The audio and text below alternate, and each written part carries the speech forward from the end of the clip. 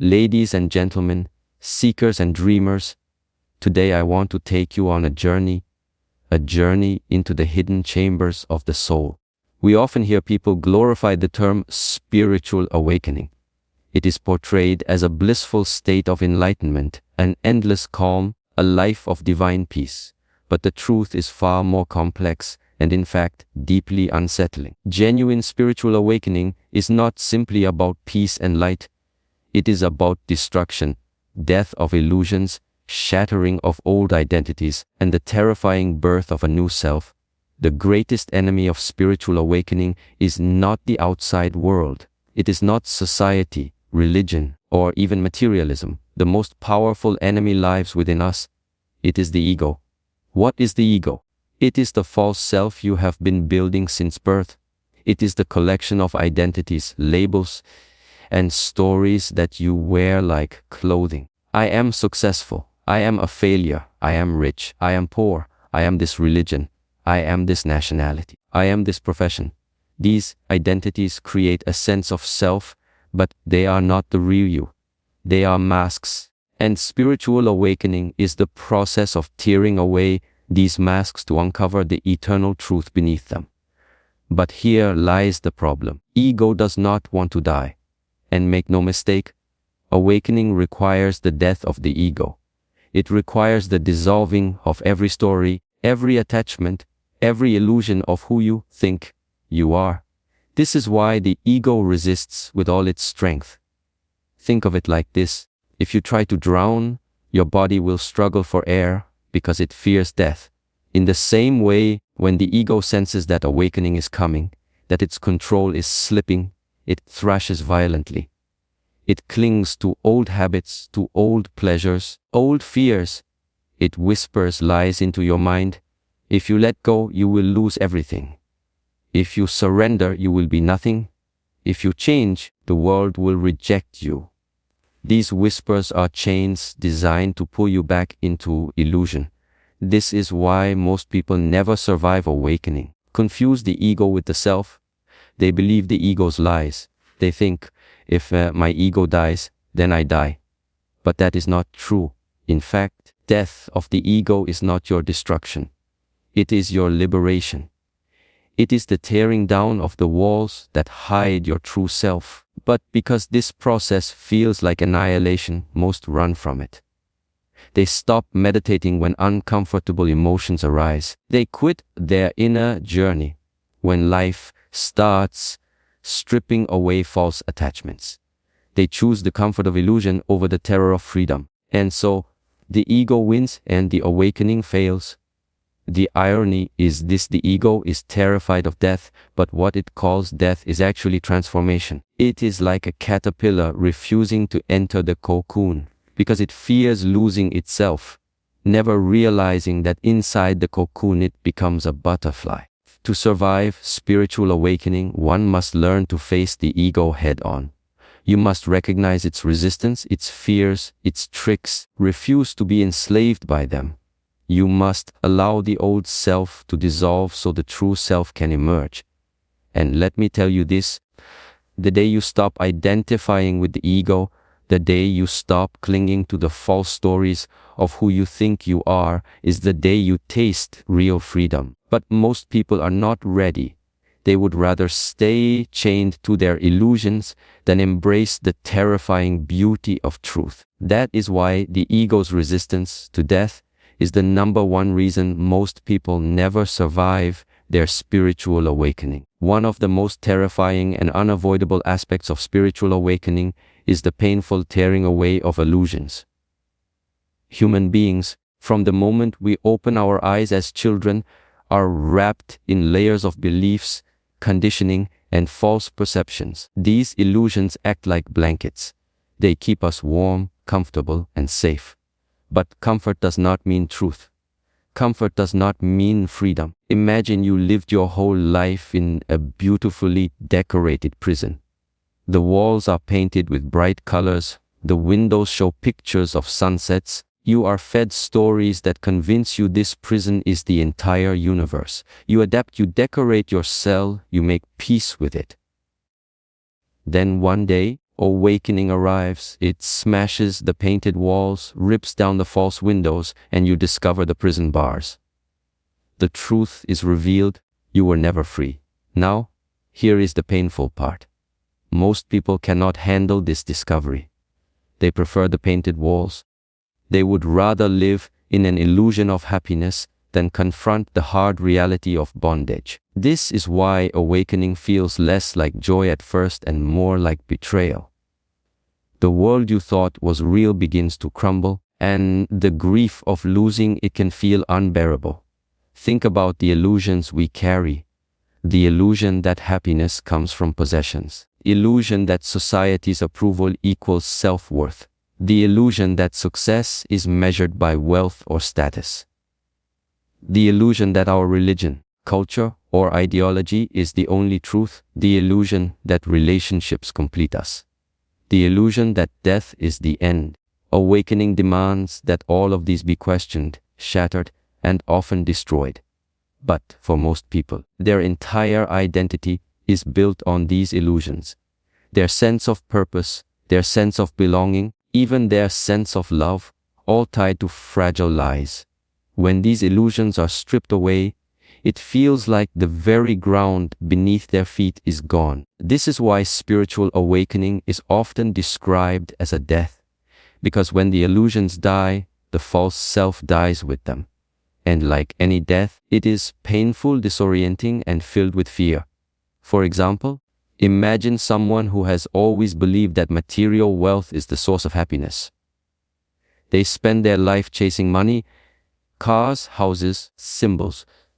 Awakening reveals the emptiness of this chase, but instead of freedom, what they first feel is despair. If money isn't happiness, what is the point of my life? Have I wasted my years? This collapse is unbearable for many, so they run back into the illusion, clinging even tighter than before. Or take the illusion of relationships. Many believe that love means possession, attachment, or dependency. Or awakening teaches that real love is freedom, not control.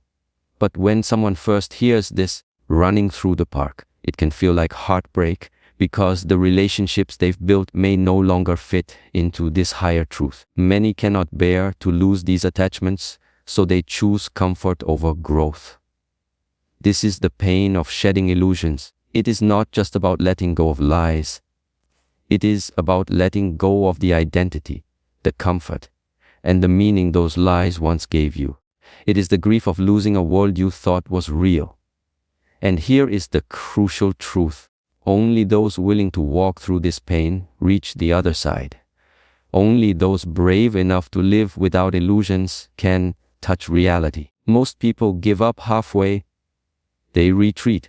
They close their eyes again, convincing themselves that the painted prison walls are beautiful enough, safe enough, good enough. That is why so many never survive spiritual awakening. They mistake the collapse of illusions for the collapse of life itself. But in reality, it is only when the illusions fall that real life begins. One of the most painful and misunderstood aspects of spiritual awakening is the loneliness that comes with it. Society has conditioned us to believe that we should always belong, always be surrounded, always be accepted. Awakening is a journey that strips away illusions, and with those illusions, many relationships, attachments, and social masks also fall apart. When a person truly begins to awaken, they start to see the world differently. They question what others never question, detach from what others worship. They walk away from systems, beliefs, and habits that once defined them.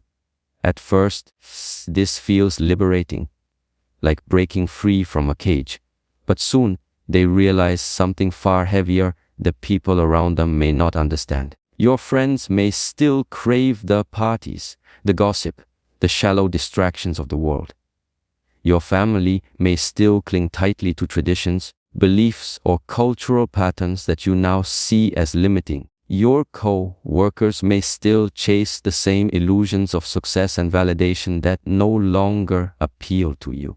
And when you try to share your new vision, you are often met not with applause but with resistance, mockery, or silence. This is the loneliness of the path. Awakening does not just separate you from illusions, it separates you from the people who are still living in them. And because most of the world is still asleep, the awakened one walks largely alone. This loneliness is not only external, but deeply internal. The awakened person often feels torn between two worlds: the old world they no longer belong to, and the new reality that few others understand. It feels like being a traveler stranded between countries, with no passport, no home, no tribe. The old self has died, the new self is still being born.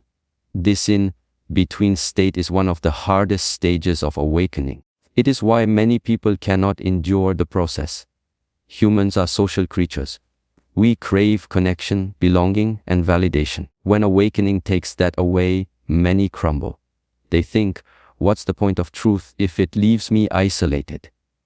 And so, they return to the crowd, choosing comfort over authenticity. But here lies a paradox. Very loneliness that feels like punishment is actually the doorway to true connection.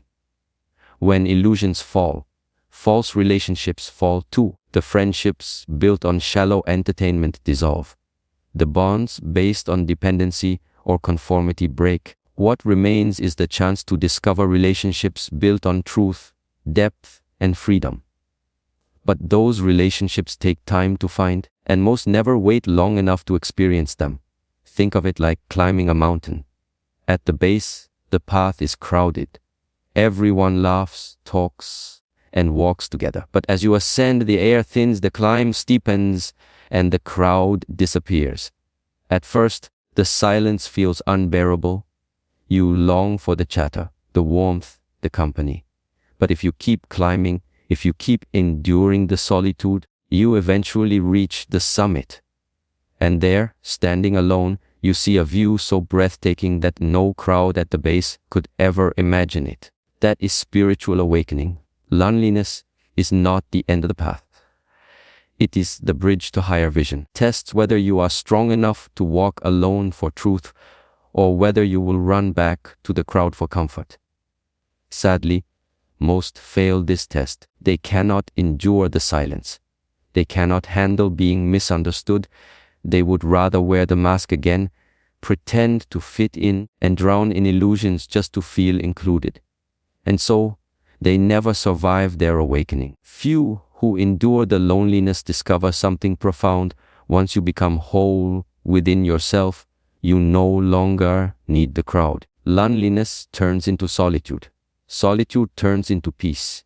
And in that peace, you begin to attract others who are also awake, also authentic, also whole. Then, and only then, do you find true companionship, not in numbers but in depth. So yes, awakening will take away the comfort of belonging. It will strip away friends, lovers, and sometimes even family. What you gain is something priceless: the ability to stand whole, free, and unshakable, even if the entire world stands against you. And that is why loneliness, though excruciating, is a sacred part of the awakening journey. It is the fire through which the soul is purified. It is the test that separates those who merely start the path from those who survive it. When people hear the phrase spiritual awakening, often imagine a serene picture, radiant faces, peaceful meditations, angelic visions, and endless calm. Social media, self-help books, and even movies often paint it as a blissful arrival at enlightenment, as though awakening were a shortcut to instant peace. But here is the uncomfortable truth. Before light ever touches your soul, you must first walk through the darkest night of your life. Stage is often called the dark night of the soul. It is a period of inner collapse, where meaning drains out of life, where the things that once gave you joy now feel hollow, and where your very identity begins to dissolve. It feels like depression, like grief, like being torn apart from the inside. But it is not sickness, it is purification. Why does awakening begin with darkness? Because before you can be reborn, everything false in you must die.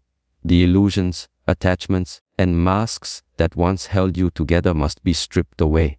And the stripping is never gentle. It is violent, it is raw, it is painful. Imagine tearing away skin to reach the heart underneath. That is what awakening does to the soul. The dark night of the soul often begins subtly. You may wake up one morning and feel an emptiness you cannot explain. The career you worked so hard for suddenly feels meaningless. Relationships you clung to suddenly feel shallow. The religious or cultural beliefs you once held as truth now raise questions instead of answers. Slowly, the old foundations crumble, and as they crumble, fear rises, because if all that once gave life meaning is gone, then what remains? This emptiness is what breaks most people. They cannot endure the silence of meaninglessness. They confuse this emptiness for failure when in fact it is preparation. Think of it like planting a seed. Before the seed can grow into a tree, it must first rot in the darkness of the soil. To the untrained eye, the seed looks like it is dying, but in reality it is transforming, cracking open, becoming something entirely new. Likewise, the soul must enter darkness before it can awaken to light. But here's the tragedy: most people flee this stage. When depression hits, numb themselves with distractions, television, social media, endless noise. When emptiness strikes, they rush back to old habits, even toxic ones, just to feel alive again. When their identity dissolves, they scramble to build a new mask rather than wait for their true self to emerge. In their panic, they abandon the very process that was designed to liberate them. The darkness before the light is not punishment. It is surgery. It is the removal of everything that is false so that truth can be born. But surgery hurts. It feels like death because in a way, it is. False self must die so the true self can live. And very few are brave enough to let themselves die in this way. But those who endure discover something miraculous. One morning, after months or years of emptiness, a small flicker of light appears inside. A new sense of peace begins to grow, not based on possessions, not on validation, not on belief systems, but on pure being. Slowly, that light expands, and you realize that what died was not you, only your illusions. The real you was waiting underneath all along. This is why the darkness is necessary. You cannot reach the sunrise without first enduring the night. You cannot be reborn without first dying to the old self. You cannot experience divine light without first being emptied of false lights. Most people will not survive this stage. They want awakening to be gentle, but it is fierce.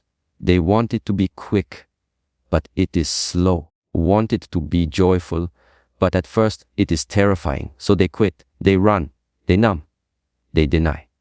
And their awakening never completes. The few who survive the darkness, however, emerge transformed. They become unshakable, radiant, deeply alive. They carry a peace that no circumstance can destroy, because it was born not in comfort, but in the furnace of despair. Their light is not fragile. It is eternal, because it was earned through darkness. So if you find yourself in that night, if you feel lost, broken, do not run. Do not assume you are failing. Do not assume you are cursed. Recognize it for what it is, the labor pains of the soul. The night is not endless. The dawn is waiting.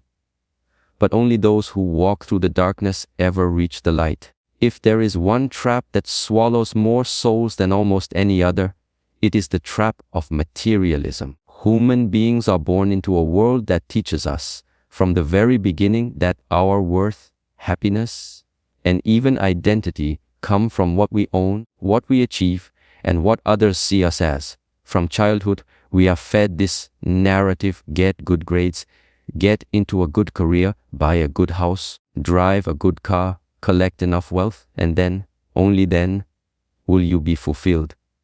This is the great lie of the modern age. Irony is that even people who begin to awaken, who start to see beyond illusions, are often pulled back by the seductive power of materialism. Why? Because materialism offers what appears to be security. It offers comfort, validation, and a sense of control. When the spiritual path gets difficult, when the darkness feels unbearable, the glitter of the material world looks like an escape hatch. Here is the truth: the material world is never satisfied. It is an endless hunger disguised as fulfillment. You buy one car, and soon you want another. You earn one promotion, and soon you want the next. You buy a bigger house, but after a while, it feels empty again. Materialism is a mirage. You keep chasing it, but the thirst is never quenched. Yet, because this chase gives momentary highs, like sugar to a starving body, most people keep running after it. This is exactly why they never survive their awakening. You see, awakening asks for detachment. It asks you to let go of identifying yourself with your possessions, your titles, your status. It whispers to you that you are not your bank account. You are not your job. You are not your reputation. But when the ego feels threatened, it uses materialism as a weapon. It says, why endure the pain of awakening when you could just buy something new? Why seek truth when you can seek pleasure? Why dive into the unknown when you can stay in the comfort of success and luxury? Most people listen to that voice. They run back to the world of shopping, of achievements, of validation, because it feels easier than facing the emptiness of transformation. Trade eternity for temporary comfort. But here is the paradox: materialism cannot protect you from suffering. A mansion cannot prevent loneliness. A luxury car cannot heal an anxious mind. A bank account cannot stop the inevitability of death. Yet still, humanity clings to these things as though they were salvation. This is why spiritual teachers throughout history, Jesus, Buddha Rumi, Lao Tzu, all warned against attachment to material things, not because possessions are evil, but because our attachment to them blinds us. They distract us from the deeper truth of who we are. They keep us chained to the physical world while our soul is calling us higher. Awakening is like a fire.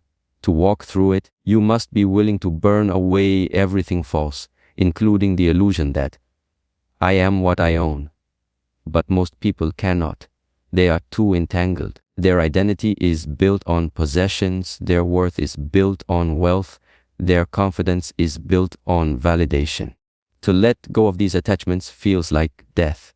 And so, instead of walking through the fire, they run back into the arms of materialism, filling themselves with distractions until the calling of awakening fades into silence. But here's the secret: those who do survive the seduction of materialism find something greater than all the riches of the world. They discover a wealth that cannot be measured in numbers, a peace that cannot be bought, a freedom that no possession can give. They discover the true treasure, inner wholeness. When you realize that your joy does not depend on possessions, you become untouchable. When you understand that your worth is not tied to success, you become free. When you release the seduction of materialism, you stop being a slave to desire and instead become a master of your soul. But sadly, most people will never taste this freedom. Golden cage of materialism is too beautiful, too comfortable, too distracting. They would rather polish their cage than fly free. And that is why the majority never survive their awakening. One of the most shocking realizations that comes during spiritual awakening is this: running through the park. You are responsible for your life in ways you never imagined. Not just for your actions, not just for your choices, but for the reality you experience. This truth is liberating, but also terrifying. Because if you are truly responsible, then there is no one left to blame. No parent, no government, no boss, no religion, not even fate itself. The universe is not something merely happening to you. It is something happening through you. That realization is so overwhelming that many people retreat back into ignorance rather than embrace it. Most people want freedom without responsibility. They want power without accountability. They want the joy of awakening without the weight of its truth. But awakening does not give you half the deal. It hands you the full responsibility of your existence. Let's break it down. Before awakening, people live in what might be called a victim state. In this state, life is always happening to them. If they are unhappy, it is because of society. If they are unfulfilled, it is because of their job. If they are broken, it is because of their past. If they are poor, it is because of the system. The victim state is comfortable because it allows blame. It gives the illusion that someone else holds the power. Awakening shatters this illusion. It reveals that your inner state creates your outer reality, that your beliefs shape your experiences, your thoughts, emotions, and actions are not merely responses. They are creators. You are not a passive observer of life. You are an active participant in its unfolding. This realization is both empowering and crushing. Empowering because it means you have the ability to transform your life completely. Crushing because it means you must take responsibility for the mess as well as the miracle. Most people cannot handle this. The weight is too heavy. They would rather cling to the comfort of blaming others than accept the burden of being creators. They say, it is easier to suffer and blame the world than to realize that my suffering is my own construction. This is why awakening feels like a double-edged sword. The power to create your reality is also the responsibility of owning every shadow within it. Think about it. If your life is entirely shaped by your choices, then excuses vanish. Complaints dissolve. Victimhood dies. No one left to point fingers at. This death of blame is one of the most painful experiences on the path, because the ego thrives on comparison and excuses. When those disappear, the ego feels naked, vulnerable, and exposed. This is why so many abandon the awakening process. They are thrilled by the idea of enlightenment, but they recoil at the price: infinite responsibility. They want the crown of awakening without carrying the weight of it. And so, they stop. They pretend they never saw the truth, run back to their old patterns of blame, their comforting stories of victimhood, and their illusions of helplessness. But those who endure, those who accept this terrifying responsibility, discover something extraordinary: true freedom. Because once you accept that you are responsible for your life, you also accept that you have the power to change it. The chains of fate fall away. You no longer wait for the world to save you. You save yourself. You no longer beg for life to be different. You create it differently. Infinite responsibility is not a curse. It is liberation. It is the doorway to mastery. But only the brave can step through it. Sadly, most people choose the comfort of limitation over the responsibility of freedom. They are terrified of the power within them. They would rather remain asleep, blaming the world, than awaken to the truth that they themselves hold the key. And so, never survive their awakening. Not because they cannot find the truth, but because they cannot carry it. If there is one final barrier that keeps most people from surviving their spiritual awakening, it is this: the refusal to surrender. At its heart, awakening is not an achievement. It is not something you conquer, control, or master like a skill. Awakening is not a mountain you climb, where the stronger you are, the higher you reach. Instead, awakening is a falling, a letting go, a dissolving of control, a surrender into the infinite. And that is exactly why it terrifies people. Human beings are raised to believe that control equals safety. From childhood, we are taught to hold on tightly to our beliefs, our identities, our possessions, our relationships, even our pain. We grip life with clenched fists, terrified that if we let go, we will fall into chaos. Society glorifies control: control your career, control your emotions, control your destiny. And so, when awakening asks us to release control, the ego panics. Surrender feels like death to the ego. Because the ego thrives on being the driver, the decision maker, the one in charge. Awakening demands that we step aside and allow life, God, the universe, whatever name you choose, to flow through us. It asks us to admit, with absolute humility, I do not control the river. I am the river. But most people refuse. They want awakening on their terms. They want to taste the divine without losing their grip on power. They want the peace of enlightenment without the humility of surrender. And so they fight, they resist, they struggle. And in that struggle, they suffer. Here is the paradox: the harder you fight for control, the further you drift from awakening. Because awakening cannot be forced, it can only be allowed. Imagine trying to sleep. You cannot force yourself into sleep. You can only let go, close your eyes, and allow sleep to take you. Awakening is the same. It happens when you stop grasping and simply open yourself to it. But surrender is terrifying because it feels like free fall. It feels like stepping off a cliff into nothingness. And most people cannot bear that emptiness. They would rather cling to the familiar, even if the familiar is painful, than trust the unknown. Yet, the very act of surrender is the birth of freedom. The moment you let go, the moment you stop trying to force life to fit your expectations, you realize something astonishing. You were never falling into emptiness. You were falling into the arms of existence itself. The river does not destroy you, it carries you. The surrender you feared as death reveals itself as life. Those who refuse to surrender never survive their awakening. They exhaust themselves fighting battles that cannot be won.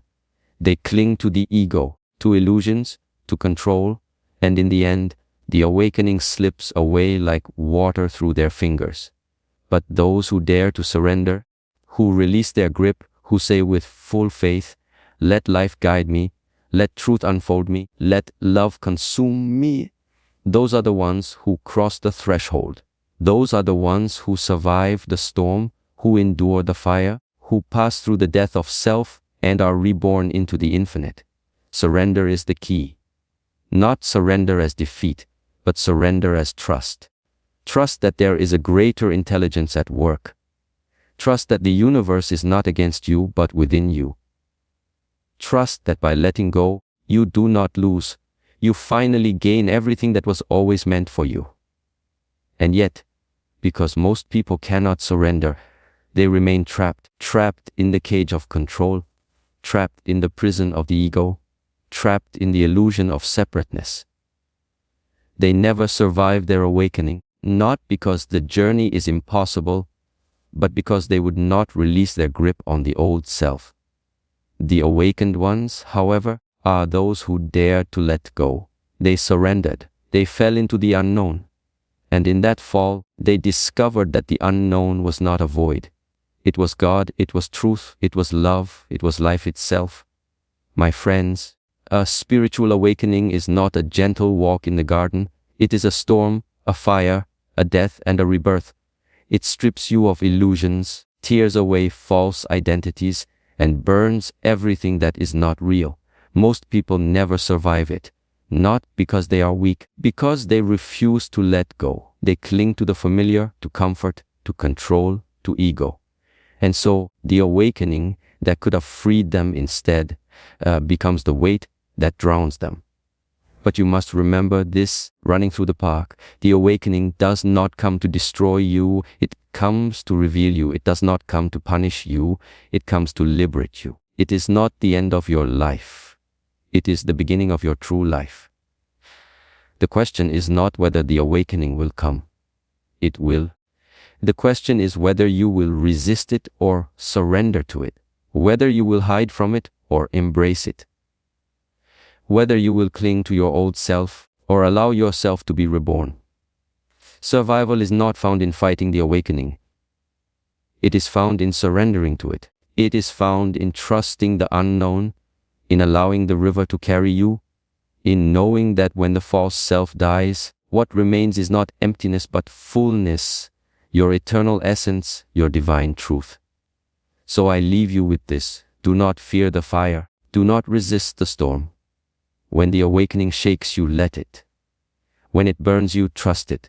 When it calls you to surrender, release your grip, because on the other side of that surrender, you will discover what most people never find: the freedom of the soul, the peace that cannot be shaken, and the love that has always been within you. That is how you survive your spiritual awakening. Not by holding on, but by letting go.